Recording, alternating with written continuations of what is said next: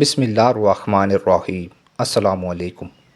عزیز الدولہ کے امراء میں سے ایک ترکی نوجوان تھا۔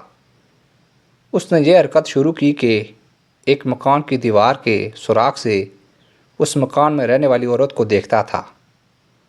اس عورت نے اپنے شوہر کو بتایا کہ یہ ترکی لڑکا روزانہ بہت دیر تک اس سوراخ سے دیکھتا ہے۔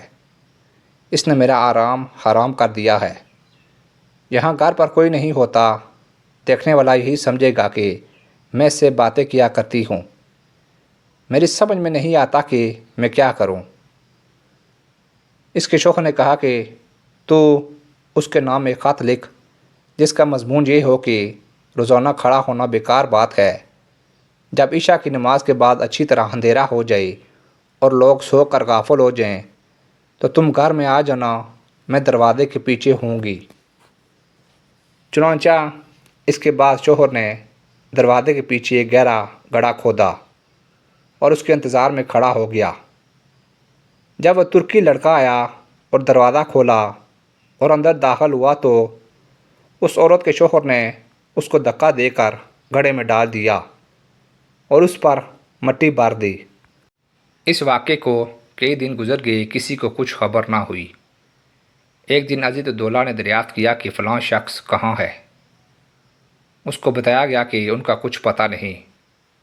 اس پر عزیز الدولہ غور و فکر کرتے رہے، یہاں تک کہ انہوں نے یہ صورت نکالی کہ ایک شخص کو اس مؤذن کو بلانے کے لیے بھیجا جو اس کے مکان کے قریب والی مسجد کا مؤذن تھا۔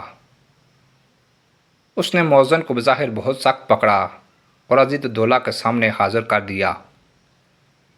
پھر عزیز الدولہ نے آہستہ سے اس سے کہا کہ یہ 100 دینار لے لو اور جو کچھ ہم تم کو حکم دیں اس کی تعمیل کرو۔ جب تم اپنی مسجد میں جاؤ تو عشاء کی اذان زیادہ رات گئی یعنی دیر سے دیکھ کر مسجد میں بیٹھ جانا۔ پھر سب سے پہلے جو شخص تمہارے پاس آئے اور تم سے تیری گرفتاری نافذ ہونے کی تحقیق کرے تو اس کی مجھے اطلاع دے دینا۔ اس نے کہا بہت اچھا۔ تو اس مؤذن نے ایسا ہی کیا۔ تو جو شخص سب سے پہلے مسجد میں تحقیق کرنے کے لیے آیا تو یہ وہی شخص تھا جس نے ترکی کو مارا تھا۔ اس نے مؤذن سے کہا کہ میرا دل تیری طرف لگا ہوا تھا اور تمہیں اس طرح گرفتار کر کے بلوانے سے عزیز الدولہ کی تم سے کیا غرض تھی؟ مؤذن نے کہا الحمدللہ خیریت ہے، کوئی خاص بات نہیں تھی۔ جب صبح ہوئی تو مؤذن نے عزیز الدولہ کے پاس جا کر پورا حال بتایا۔ عزیز الدولہ نے اس شخص کو حاضر ہونے کا حکم دیا۔ یہ حاضر ہو گیا۔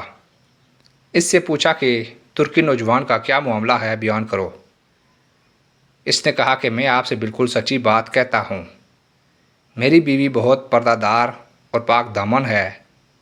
یہ شخص گات لگائے ہوئے اس کو دیکھتا تھا اور پریشان کرتا تھا، اور میری بیوی بدنامی کے خوف سے اس شخص کے کھڑے رہنے سے پریشان ہو گئی تو میں نے اس کے ساتھ ایسا معاملہ کیا اور پوری تفصیل بیان کر دی۔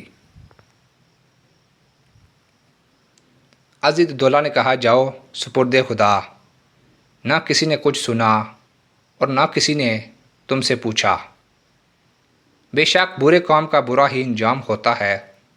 اللہ تعالی ہمیں اس واقعے سے سبق حاصل کر کے برے افعال سے بچنے کی توفیق عطا فرمائے۔ آمین یا رب العالمین۔